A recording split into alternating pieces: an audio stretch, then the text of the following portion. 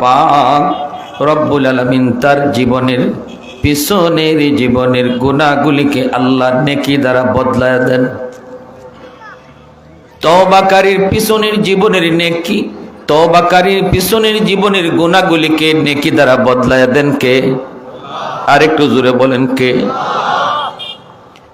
হযরত আবু বকর বলেন, ভাই ওমর, তোমার পিছনের জীবনের গুনাহ আমি আবু বকরের চেয়ে বেশি।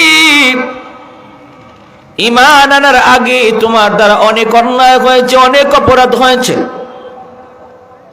এ ওমর, তোমার পিছনের জীবনের গুনাহ অনেক বেশি আমি আবু বকরের চেয়ে, ঠিক না? বলে হ। কিন্তু আল্লাহ তো বলেছেন ঈমান আনার পর তওবার বিনিময়ে আল্লাহ পাক পিছনের গুনাহগুলিকে আল্লাহ নেকি দ্বারা বদলায় দেয়।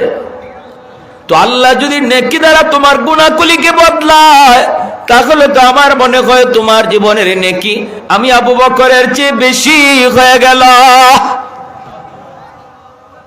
কথাটা আপনাদের বুঝে আসছে?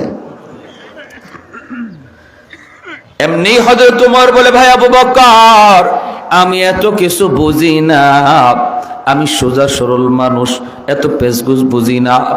তুমি যদি বলো আমার জীবনের নেকি তোমার জীবনের নেকির চেয়ে বেশি, তাহলে আমি ওমর তোমাকে বলতেছি, শোনো, আমি ওমরের জীবনের সমস্ত নেকি তুমি লইয়া যাও, বিনিময়ে আমাকে তোমার জীবনের এক রাতের নেকি দিয়া দাও। তোমার জীবনের নেকি আমারে দেওয়া লাগবে না, আমি ওমরের জীবনের সব নেকি তুমি নেও, আর তুমি আবু বকরের জীবনের এক রাতের নেকি আমারে দাও। সুবহানাল্লাহ, জোরে কোন। আমার ভাইয়েরা, বন্ধুরা, যুবক, যেই মাত্র হযরত ওমর এই প্রস্তাব দিলেন, এমনি আবু বকর সিদ্দিক বলেন, ভাই ওমর, সেটা কোন রাতের কথা বলছো? হযরত ওমর বলেন, ভাই আবু বকর, এটা হলো ওই রাত যেই রাতে তুমি আমার মায়ার নবীকে নিয়ে হিজরত করেছিলা। এটা ওই রাত যেই রাতের অপেক্ষার জন্য তুমি 40টা রাত তুমি ঘুমাও নাই। দরজার কিনারায় কান লাগায় লাগায় দাঁড়ায় দাঁড়ায় আমার মায়ার নবীর জন্য তুমি অপেক্ষায় ছিলা রে। কখন জানি আমার নবী আয়েশা আমাকে ডাক দেয়, কখন জানি নবী আয়েশা আমাকে বলে, আবু বকর, হিজরতের সময় হয়ে গেছে, চলো। এতটুকু আওয়াজ শোনার জন্য এক রাত দুই রাত নয়, 40টা রাত তুমি ঘুমাও নাই। এরপরে সেই রাত আসলো, তো নবী তোমাকে ডাক দিলেন, তুমি নবীকে নিয়ে রওনা দিলে, হাঁটতেছ, গারে সুরের মধ্যে তোমরা উঠবা।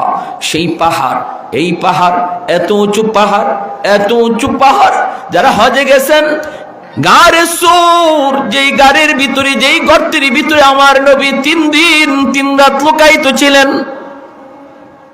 পায়ে হেঁটে বৃদ্ধ মানুষ উঠতে পারে না, আমাদের মতো জোয়ান মানুষগুলি পর্যন্ত ক্লান্ত হয়ে যায়।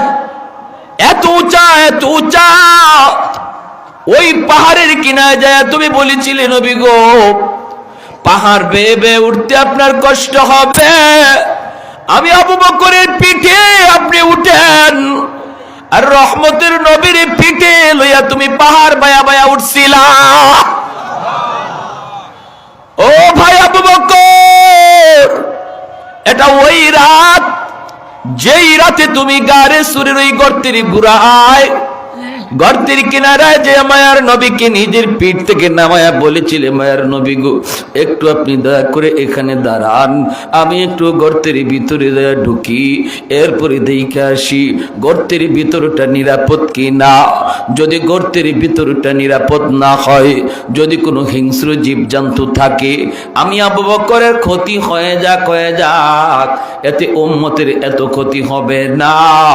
কিন্তু যদি নবী গো আপনি আগে ঢোকেন, আর যদি আপনার কোনো ক্ষতি হয়ে যায় তাহলে উম্মত কোনো দিন ক্ষতিপূরণ করতে পারবে না। ওই দিন আমার নবীকে তুমি গর্তের কিনারায় রাইখা নিজে তুমি আগে গর্তের ভিতরে ঢুকছিলা, ঢুকে নিজের পাগড়ির কাপড় দিয়া দিয়া সবগুলি গর্তের মুখ তুমি বন্ধ করেছ। যেই যেই গর্ত থেকে সাপ বের হয়ে ক্ষতি করার সম্ভাবনা, সবগুলি গর্তের মুখ তুমি কাপড় দিয়ে বন্ধ করেছ। একটা গর্তের মুখ বন্ধ করার মতো কাপড় সেদিন তোমার কাছে ছিল না, নিজের পা দিয়ে তুমি গর্তটা আটকায় রাখছো। এরপরে আমার নবীর ভিতরে ঢুকাইছো। ও আবু বকর, ওই দিন তুমি ছিলা বেশি ক্লান্ত, 40টা রাত তুমি ঘুমাও নাই, আবার পাহাড় বেয়ে বেয়ে তুমি উঠছো, নবীর পিঠের মধ্যে নিয়ে উঠছো। ঘুমানোর প্রয়োজন ছিল তোমার, ঘুমের দরকারটা ছিল তোমার, কিন্তু তুমি ঘুমাও নাই। ওই গুহায় ঢুইকা আমার মায়ার নবীর নিজের উরুতে ঘুম পাড়াইছ।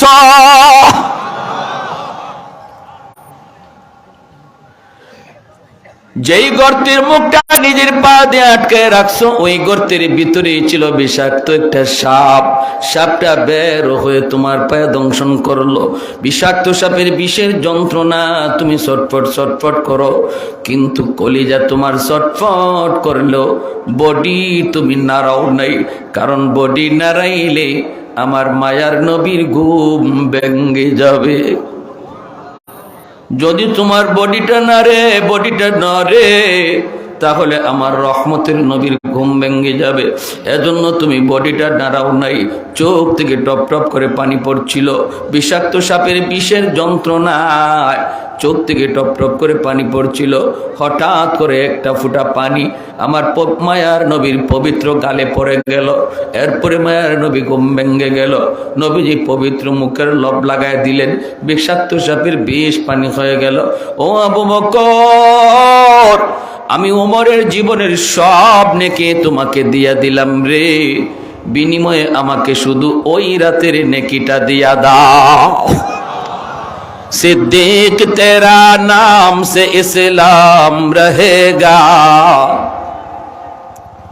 सिद्दीक तेरा नाम से इस्लाम रहेगा, दुनिया की सदाकत में तेरा नाम रहेगा, फारूक तेरा नाम से इस्लाम रहेगा, दुनिया की अदालत में तेरा नाम रहेगा, उस्मान तेरा नाम से इस्लाम रहेगा, दुनिया की सखावत में तेरा नाम रहेगा, हैदर तेरा नाम से इस्लाम रहेगा, दुनिया की शजात में तेरा नाम रहेगा, मुआविया तेरा नाम से इस्लाम रहेगा, दुनिया की सियासत में तेरा नाम रहेगा।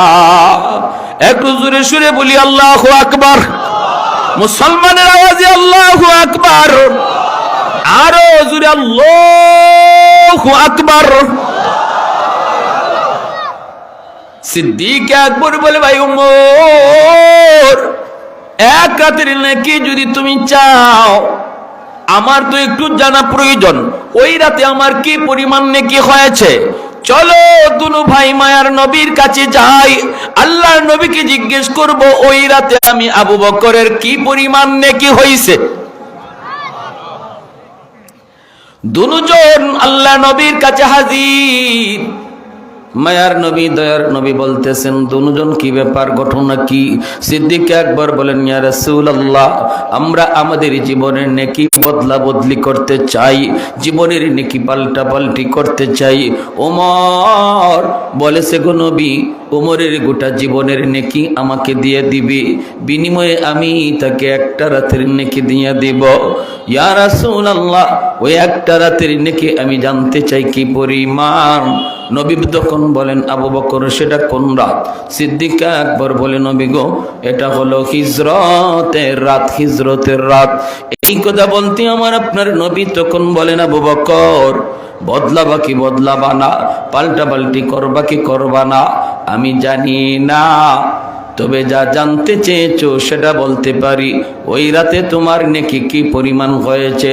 তবে পাল্টা পাল্টি করবা কি করবা না সেটা তোমাদের বিষয়। কারণ নবী কার কথা বলবেন? যদি বলেন পাল্টাও, যদি বলেন পাল্টাও না। দুজনই তো মায়ার নবীর শ্বশুর, দুজনই হলো আল্লাহর নবীর শ্বশুর। একজন নবীর ডান হাত আর একজন নবীর বাম হাত। কাকে নবী খুশি করবেন, কাকে নবী বেজার করবেন? এজন্য নবী কয় আমি বলবো না পাল্টা পাল্টি করো অথবা করো না। কিন্তু আমি বলতে চাই আবু বকর, গোটা উম্মতের নেকি যদি এক পাল্লায় রেখে দেওয়া হয় আর তোমার এক রাতের নেকি এক পাল্লায় রাখা হয়, তোমার এক রাতের নেকির পাল্লা ভারী হয়ে যাবে। সুবহানাল্লাহি ওয়া বিহামদিহি সুবহানাল্লাহ। এজন্য আমার ভাইরা বন্ধুরা, সিদ্দিক আকবর ভাগ বলেন, ভাই উমর কি শুনলাম আমি পাল্টা পাল্টি করবো না, করলে তো ঠক। এজন্য প্রতিযোগিতা হবে আপনাদের আমাদের ভিতরে, দুনিয়া নিয়া নয় আখিরাত লইয়া। একজন মসজিদে যায় 5 ওয়াক্ত নামাজ পড়ে, আমি 2 ওয়াক্ত পড়ি না, আমিও 5 ওয়াক্ত পড়বো। সে যদি 3 ওয়াক্ত পড়ে আমি 4 ওয়াক্ত পড়বো। সে যদি তাহাজ্জুদ পড়ে 2 রাকাত আমি পড়বো 4 রাকাত। সে যদি আল্লাহর রাস্তায় দান করে 10 টাকা আমি করবো 20 টাকা। সে যদি জিকির করে 1 ঘন্টা আমি করবো 2 ঘন্টা। ঠিক না? প্রতিযোগিতা হবে আখিরাতের লাইনে। ওয়াসারিউ ইলা মাগফিরাতিম মির রাব্বিকুম, ওয়াসারিউ ইলা মাগফিরাতিম মির রাব্বিকুম ওয়া জান্নাতিন আরদুহাস সামা ওয়াতুল আরদ উইদ্দাত লিল মুত্তাকিন। আল্লাহ রাব্বুল আলামিন কয় প্রতিযোগিতা হবে আমলের লাইনে, প্রতিযোগিতা হবে আখিরাতের লাইনে। কারণ আখিরাতের জীবন হলো সফল জীবন। দুনিয়ার জীবনের নাম সফলতা নয়, দুনিয়াতে কোনো কিছু পাওয়ার নাম সফলতা নয়, চেয়ারম্যানি এর নামও সফলতা নয়, মেম্বারি এর নাম সফলতা নয়, এমপি মিনিস্টার হওয়াও সফলতা নয়, প্রাইম মিনিস্টার হওয়ার নামও সফলতা নয়। সফলতা হলো আল্লাহ পাক বলেন ফামান যুহজিহা আনিন নার ওয়া উদখিলাল জান্নাতা ফাকাদ ফাজ। জান্নাত যে পাওয়া গেল সেই হলো তোমাদের মধ্যে সফল। ভাইয়ের আমার, কোন কোন আমল করলে, কোন কোন গুণ অবলম্বন করলে সফল হওয়া যায় একটু পরে বলতেছি, আগে একটু সফলতা বুঝি। দেখেন, একটা মানুষকে আল্লাহ পাক সর্বশেষে জান্নাত দিবে। শুধু জান্নাতের কেন, জান্নাতের জীবনটা সফল জীবন।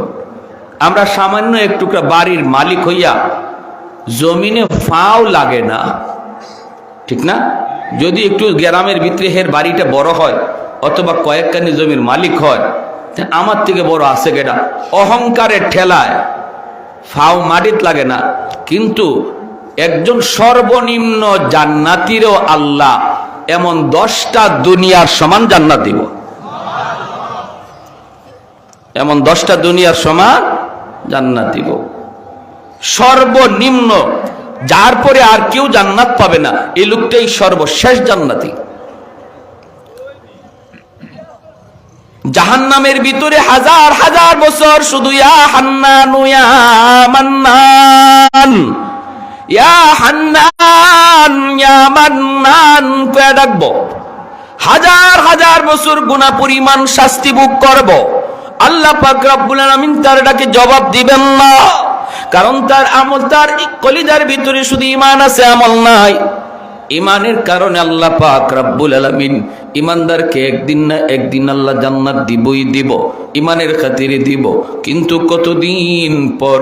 কই গুনাহ পরিমাণ শাস্তি ভোগ করার পর, গুনাহ পরিমাণ শাস্তি ভোগ করার পর এই লোকটার গুনাহ যেহেতু বেশি ছিল, আর আল্লাহর গোলাপ হাজার হাজার বছর জাহান্নামের আগুনে জ্বলল। আর আল্লাহকে শুধু ডাকে, মালিক জবাব দেয় না, আল্লাহ পাক ডাকে জবাব দেন না। দিবেন কেন? কারণ এখনো শাস্তির মেয়াদ শেষ হয় নাই, মেয়াদ এখনো শেষ হয় নাই। যেদিন মেয়াদ শেষ হয়েছে আল্লাহ পাক রব্বুল আলামিন জিব্রাইল আমিনকে বলে, জিব্রাইল জাহান্নামের ভিতরে যায় ঢুকো, যায় দেখো কে আমাকে এইভাবে ডাকতেছে। জিব্রাইল আমিন জাহান্নামের ভিতরে যায় ঢুকবেন, চতুর্দিক থেকে আওয়াজ ইয়া হান্নান ইয়া মান্নান, কিন্তু মানুষ জিব্রাইল চোখে দেখেন না, আওয়াজটা শুধু শুনতে পান, মানুষ দেখা যায় না। হাজার হাজার কোটি কোটি বছর জাহান্নামের আগুনে জ্বলার কারণে মানুষের কোনো অঙ্গ প্রত্যঙ্গ চেনা যায় না, হাত পা গুলি চেনা যায় না, কয়লার টুকরার মতো খায়া গেছে, কয়লার মতো খায়া গেছে, মানুষের কোনো আকার আকৃতি নাই। আর শুধু আল্লাহকে ডাকতেছে ইয়া হান্নানু ইয়া মান্নান কয়া রব্বুল আলামিন জিব্রাইলকে কয়, জিব্রাইল রে জাহান্নামের ভিতরে যায় দেখো কে আমাকে ডাকে। জিব্রাইল আমিন জাহান্নামের ভিতরে ঢুকে আল্লাহকে ডাক দেয়া কয়, মালিক আওয়াজ তো আমিও শুনতে পাই, কিন্তু মানুষ তো দেখি না গল্লা, মানুষ তো দেখি না। রব্বুল আলামিন তখন বলবে, জিব্রাইল তুমি বের হয়ে আসো। জিব্রাইল আমিন জাহান্নাম থেকে বের হয়ে আসবেন, আল্লাহ পাক রব্বুল আলামিন তার কুদরতি হাত মোবারক নিজেই জাহান্নামে ঢুকায় দিবে। ওই মানুষটারে আল্লাহ তার হাতের তালুতে তুলবে, তুইলা আবে হায়াতের পানি দিয়ে দুইয়া মানুষের আকৃতি আল্লাহ বাইর করবে। এরপরে আল্লাহ বলবে, কেন ডাকতেছো আমারে, কি জন্য ডাকো? তখন কইব, আল্লাহ দুনিয়াতে উলামায়ে কেরামের জবানে শুনছিলাম তোমার নাম রহমান, তোমার নাম রহিম, আল্লাহ তুমি আরহামুর রাহিমিন, তুমি অতি দয়ালু, কিন্তু মালিক একটু দয়ার কাঙ্গাল আমি, তোমার একটু দয়া, আমার আমল নাই, আমি কেমনে বলি আমারে জাহান্নাম থেকে বের করে দাও। আল্লাহ এতটুকু বলার সাহস আমার নাই, কারণ আমল তো নাই, ফুজি নাই, তবে যদি একটু দয়া করে আমাকে জাহান্নামের নিচ থেকে উপরে দরজার কিনারায় রেখে দিতা, আল্লাহ আমি তোমার দয়া আর মায়ার কাঙ্গাল। আল্লাহ পাক রব্বুল আলামিন তখন বলবে, বান্দা ঠিক আছে আমি তোর কথাকে রাখলাম, জাহান্নামের দরজার কিনারায় তোরে রেখে দিলাম, কিন্তু বান্দা বল এরপরে আর কিছু চাইবি না? কই না গো মালিক আর কিছু চাইমু না, আর কিছু চাইমু না। আল্লাহ বলেন ওয়াদা কর এরপরে আর কিছু চাইবি না? কয় না।